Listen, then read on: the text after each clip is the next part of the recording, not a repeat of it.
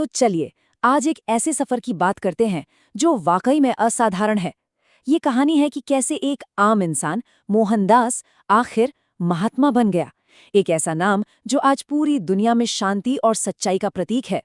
आइए मिलकर इस इनक्रेडिबल ट्रांसफॉर्मेशन को समझते हैं। अहिंसा ही सर्वोत्तम मार्ग है।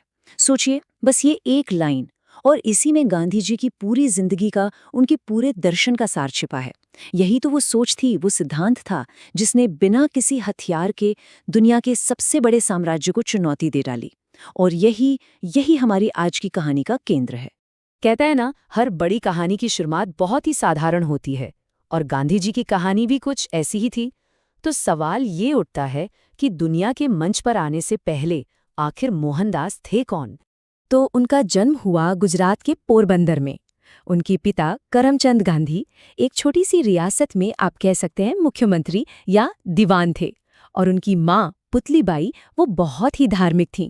तो घर का माहौल ही ऐसा था जहाँ से उन्हें सच्चाई और अनुशासन की पहली सीख मिली। पढ़ाई के लिए वो लंदन गए और वहाँ से बैरिस्टर बनकर लौटे। लेकिन भारत आकर एक वकील के तौर पर अपना करियर जमाना, ये उनके लिए बिल्कुल भी आसान नहीं था। काफी संघर्ष करना पड़ा, और शायद यही शुरुआती संघर्ष था जो उन्हें एक ऐसे सफर पर ले जाने वाला था जिसके बारे में उन्होंने कभी सोचा भी नहीं था। और अब कहानी में वो मोड़ आता है, वो टर्निंग पॉइंट, जहां मोहनदास के अंदर का महात्मा जागना शुरू होता है। दक्षिण अफ्रीका की धरती एक तरह से उनके विचारों की, उनकी फिलॉसफी की प्रयोगशाला बन गए। तो होता ये है कि वो एक कानूनी केस के सिलसिले में दक्षिण अफ्रीका पहुंचते हैं, और वहां उनका सामना होता है रंग भेद की कड़वी सच्चाई से। वो मशहूर घटना जब उन्हें चलती ट्रेन से सिर्फ इसलिए बाहर फेंक दिया गया क्योंकि वो गोरे नहीं थे। सोचिए जरा, इस एक अपमान ने उन्हें अंदर तक हिलाकर रख दिया, और बस वहीं से उनके अंदर विरोध की, न्याय के लिए लड़ने की वो पहली चिंगारी जली। पूरे 21 साल, ये कोई छोटा मोटा वक्त नहीं था। गांधी ने अपनी जिंदगी के 2 दशक से भी ज्यादा दक्षिण अफ्रीका में गुजारे, वहां के लोगों के हक के लिए लड़ते हुए। और यही वो जगह थी, यही वो वक्त था जहां उनके सबसे बड़े हथियार यानी उनके सिद्धांत तराशे गए। और उनका सबसे ताकतवर हथियार, सत्याग्रह। अब देखिए, इसका मतलब सिर्फ ये नहीं था कि सच पर टिके रहो, नहीं, ये उससे कई ज्यादा गहरा था। ये एक तरह का मनोवैज्ञानिक हथियार था। इसका मकसद सामने वाले को हराना नहीं, बल्कि उसके ज़मीर को जगाना था, उसका दिल जीतना था। इसीलिए इसे सत्य बल कहा गया। एक ऐसी ताकत जो शारीरिक बल से कई ज्यादा पावरफुल थी। तो दक्षिण अफ्रीका में अपने सिद्धांतों को आजमाने के बाद गांधी जी भारत वापस लौटे। लेकिन इस बार चुनौती बहुत बड़ी थी। सामने था दुनिया का सबसे बड़ा साम्राज्य, ब्रिटिश एम्पायर। 1915 में जब वो भारत वापस आए तो उन्होंने देखा कि आज़ादी की लड़ाई ना वो कुछ पढ़े लिखे लोगों और शहरों तक ही सिमटी हुई थी। तो उन्होंने कांग्रेस की बागडोर संभाली और इस लड़ाई को, इस आंदोलन को शहरों से निकालकर गांव-गांव, गली-गली, हर घर तक पहुंचा दिया। उन्होंने इसे एक सच्चा जन आंदोलन बना दिया। और फिर आंदोलनों का एक लंबा सिलसिला शुरू हुआ। चंपारण के किसानों के हक के लिए आवाज उठाने से लेकर पूरे देश में असहयोग आंदोलन की लहर पैदा करने तक। फिर वो ऐतिहासिक दांडी मार्च जिसने नमक कानून को तोड़ दिया, और आखिर में भारत छोड़ो का वो अंतिम और सबसे बड़ा नारा। इन सब तरीकों से उन्होंने दशकों तक ब्रिटिश हुकूमत की जड़ों को हिलाकर रख दिया। एक बात समझनी बहुत जरूरी है, उनका संघर्ष सिर्फ राजनीतिक आज़ादी के लिए नहीं था।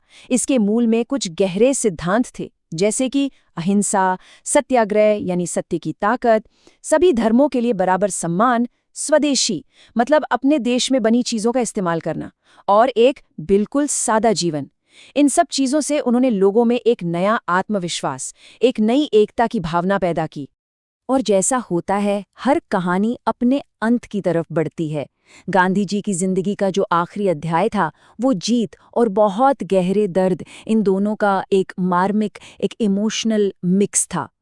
और फिर आखिरकार वो दिन आ ही गया। 15 अगस्त 1947 भारत आज़ाद हो गया।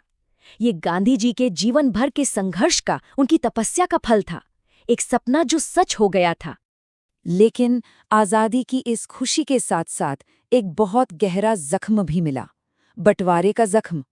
देश भर में जो हिंसा फैली उसने गांधी जी को अंदर से तोड़ कर रख दिया। जिस शांति के लिए उन्होंने अपनी पूरी जिंदगी लगा दी, उसी शांति को बचाने के लिए वो अनशन पर बैठ गए। और फिर 30 जनवरी 1948 की वो मनहूस शाम आई।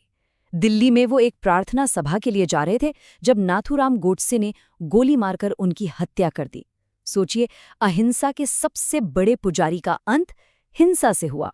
उनके मुंह से निकले आखिरी शब्द थे, हे राम।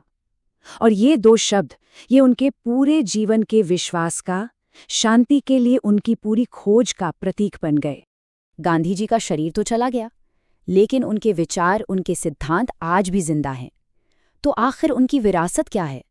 दुनिया उन्हें आज कैसे याद करती है? देखिए, रविंद्रनाथ टैगोर ने ही उन्हें महात्मा का खिताब दिया, जिसका मतलब है महान आत्मा। पूरे देश ने उन्हें प्यार से बापू और सम्मान से राष्ट्रपिता कहा। और कमाल की बात यह है कि उनका जन्मदिन 2 अक्टूबर सिर्फ भारत में छुट्टी नहीं होता, बल्कि पूरी दुनिया में यूनाइटेड नेशंस इसे अंतर्राष्ट्रीय अहिंसा दिवस के रूप में मनाता है। तो असल में उनकी जिंदगी सिर्फ एक देश की आज़ादी की कहानी नहीं है, बिल्कुल नहीं। ये तो पूरी दुनिया के लिए सत्य, शांति और इंसानियत की एक मिसाल है। उन्होंने ये साबित कर दिया कि बिना कोई हथियार उठाए भी दुनिया की सबसे बड़ी जंग जीती जा सकती है।